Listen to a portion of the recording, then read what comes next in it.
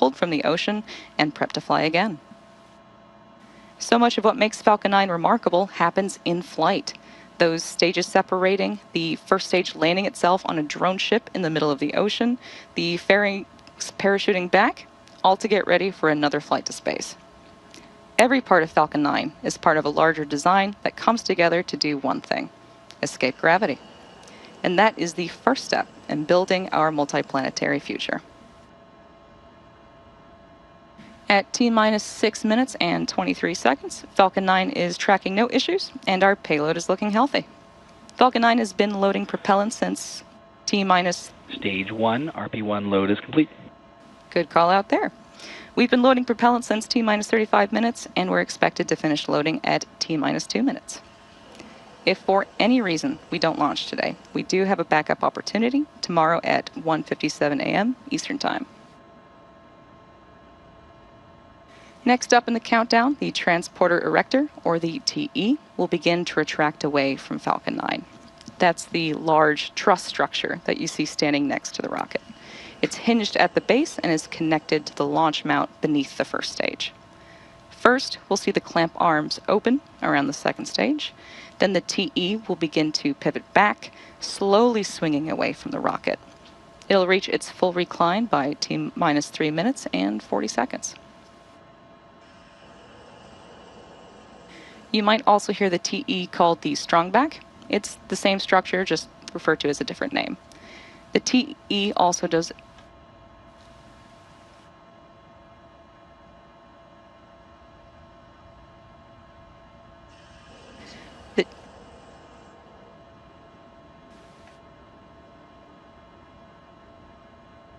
The TE also does a lot more than just lean. For Strongback retract.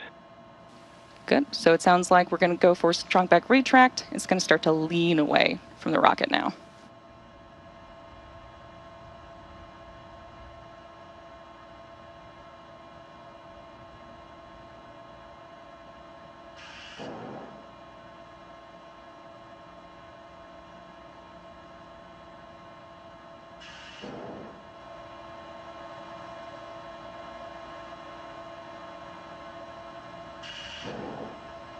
We should be expecting those clamp arms under the second stage to start opening up. It'll take about 15 seconds for them to fully open. And there they go. Once they're out of the way, the Strongback can recline away from the vehicle and give it room for liftoff.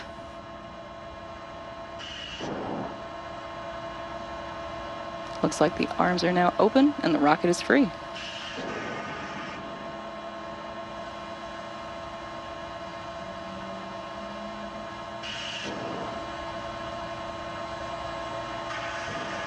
You can see it slowly starting to move away from the rocket now. Strongback retract has started. Right now, both stages are nearly fully loaded with about 1 million pounds of propellant. That includes RP1, a highly refined kerosene, and liquid oxygen, chilled to under 300 degrees below zero.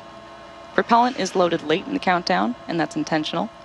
Colder propellants are denser, and denser propellants mean more performance out of the same tanks. The colder it is, the more mass that you can move. Before any of that propellant flows, though, the plumbing and engines are chilled down. That prevents thermal shock and boil off when the ultra-cold liquid starts moving.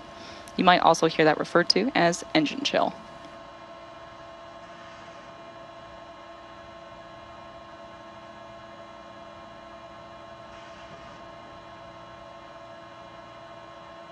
Stage 1, LOX load is complete. As you just heard over the nets, there's confirmation of Stage 1 liquid oxygen loading completion. The second stage will finish up about a minute later. The tanks are also pressurized using helium. That helium is chilled too, so it stays compatible with the cryogenic plumbing. During flight, that pressurization helps force propellant into the engines as the tanks empty. At T-minus 60 seconds, Falcon 9 will enter startup, and at that point, the rocket's onboard flight computers will take over. From there on out, the countdown becomes fully autonomous. Just inside of T-minus 2 seconds, then the 9 Merlin 1D engines will ignite. And once they're at full power, Falcon 9 will lift off the pad and begin its climb to orbit. Stage 2, LOX load is complete. And another great call out. So the first and second stages are now fully loaded with over 1 million pounds of rocket-grade kerosene fuel and liquid oxygen.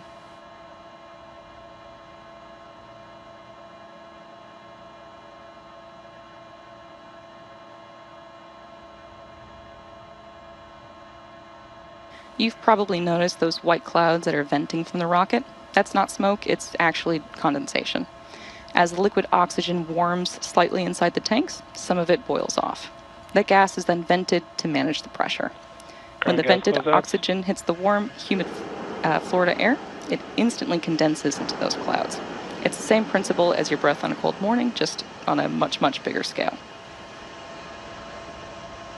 As of now, the satellite remains healthy and the rocket is tracking no issues. Weather looks green and the range is clear to support our scheduled liftoff of 2:30 a.m. Eastern Time.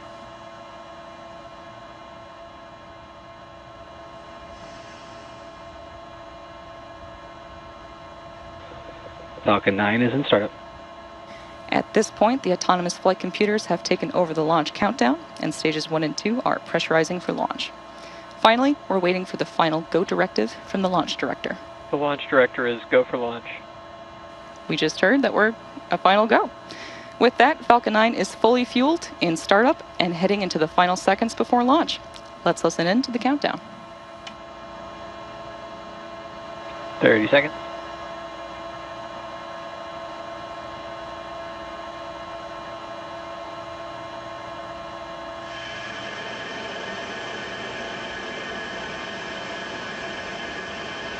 15 seconds. T-minus 10, 9, 8, 7, 6, 5, 4, 3, 2, 1. Ignitions. Engines full power. And liftoff. Go Falcon, go Kuiper.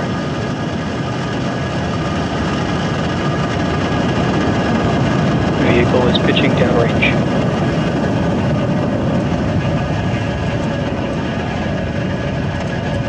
Stage 1 propulsion is nominal.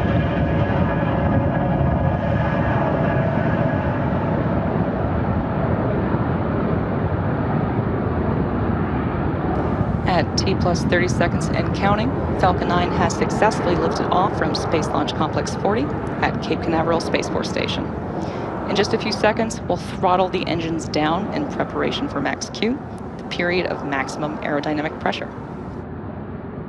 To help go from vertical to horizontal, the first stage performed a pitch kick just after liftoff, about 10 seconds into flight, which is a maneuver known as a gravity turn. The engines gimbal a small amount, and that slowly turns the first stage from going straight up. Falcon 9 is supersonic. Going horizontal with the help of gravity. And eventually, we'll be roughly horizontal to Earth as we achieve orbit. Max Q. And there's the call out for max Q. Continuing on the timeline, everything's looking good. The rocket typically needs to go 17,500 miles per hour horizontally in order to avoid being pulled back down to Earth and get into orbit. You can track our progress to orbit by watching the left corner of your display. That's going to show us the first stage velocity and altitude. Now we have several events coming up in quick succession, and we should hear all of these called out by Mission Control, starting with main engine cutoff, or MECO, then stage separation, SES-1, and fairing separation. MECO is where we shut down all 9 M1D engines on the first stage. Then stage separation is when the first and second stages of Falcon separate from one another. And second engine start 1, or SES-1, is when we'll light the MVEC engine on the second stage for the first time. Then less than a minute later, the fairing will then jettison from the second stage, as it's no longer needed to protect the payload once we're in space. So let's keep an eye out for these events happening back to back, all coming up in about 10 seconds from now.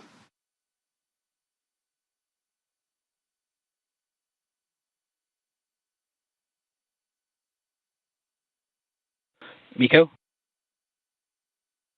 Stage separation confirmed.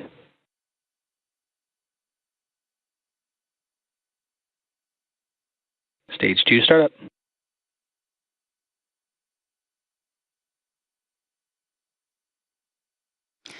Good series of callouts back to back, which again were MECO, stage separation. Coming up next will be fairing separation in about 30 seconds from now. As mentioned earlier, we will be attempting to retrieve these fairing halves once they fall back to Earth. They'll be taken back to shore by our ocean recovery vessel, Doug, once they fall back down to Earth.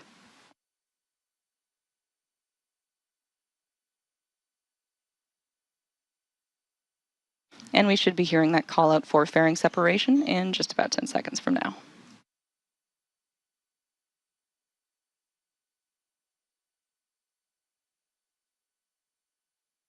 Fairing separation confirmed.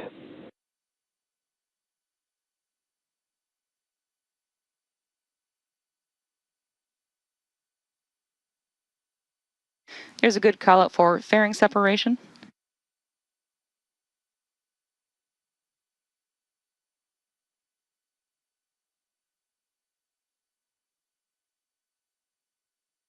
And just keep in mind that our views right now look really, really grainy because it's dark outside.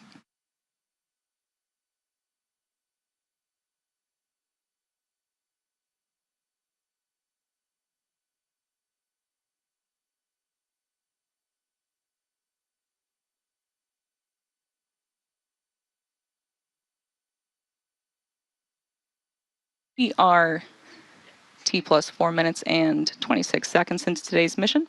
The next major milestone is coming up just past the T plus 6 minute mark, where you should see the first stage's entry burn on your screen.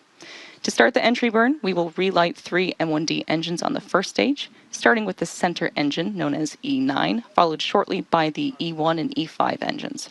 This helps slow down the vehicle as it passes back into the Earth's denser, lower atmosphere.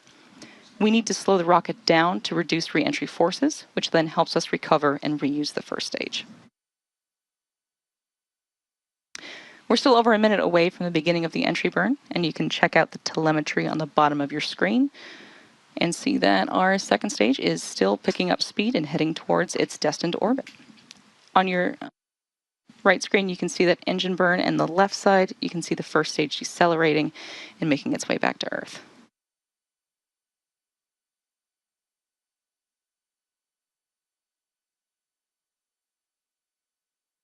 Reusability is key to lowering the cost of spaceflight and enabling more investments in critical space infrastructure. Though the Falcon 9 first stage that is supporting today's mission is performing this entry burn for the first time tonight, the payload fairings are already flight proven, with one half flying for its 27th time and the other half flying for its 28th time.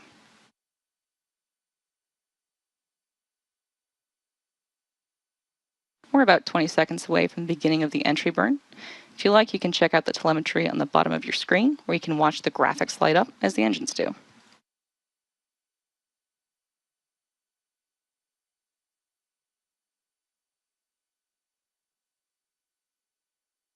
Stage 1 FTS has saved.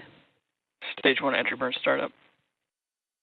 There's a call out for entry burn startup on the Falcon 9's first stage. The burn is set to last about 25 seconds and again is slowing down the vehicle in preparation for its final burn and landing.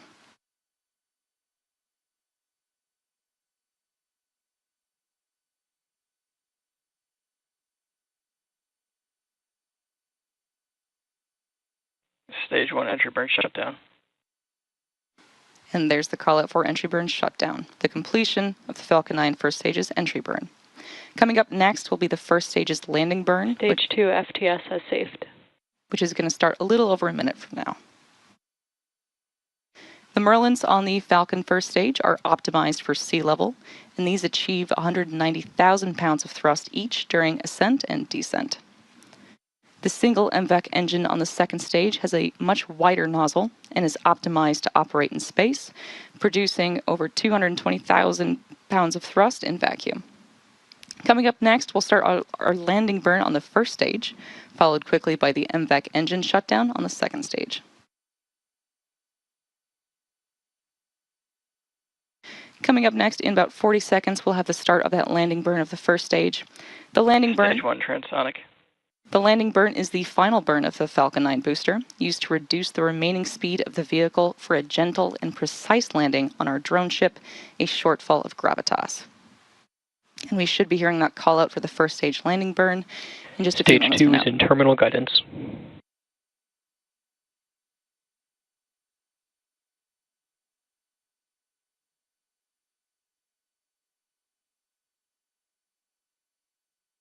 Stage 1 landing burn. Good call out for landing burn start on the Falcon 9 first stage. And this is the final burn that this booster will see before touching down on a shortfall of gravitas.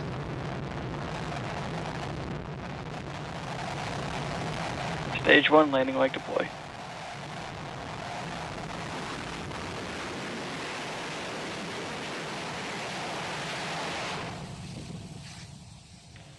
Stage 1 landing confirmed. There's the call out for a successful landing of our Falcon 9 rocket. This was the first launch and landing for this first stage. Nominal orbit insertion. Good call out too. A great way to cap off this early morning mission. As we mentioned at the top of the show, at our customer's request, we will be ending our live coverage now that the booster has landed. So let's wrap up tonight's broadcast. All of us here at SpaceX want to thank our customer, Amazon. We also want to thank the Eastern Range and Federal Aviation Administration for supporting this mission.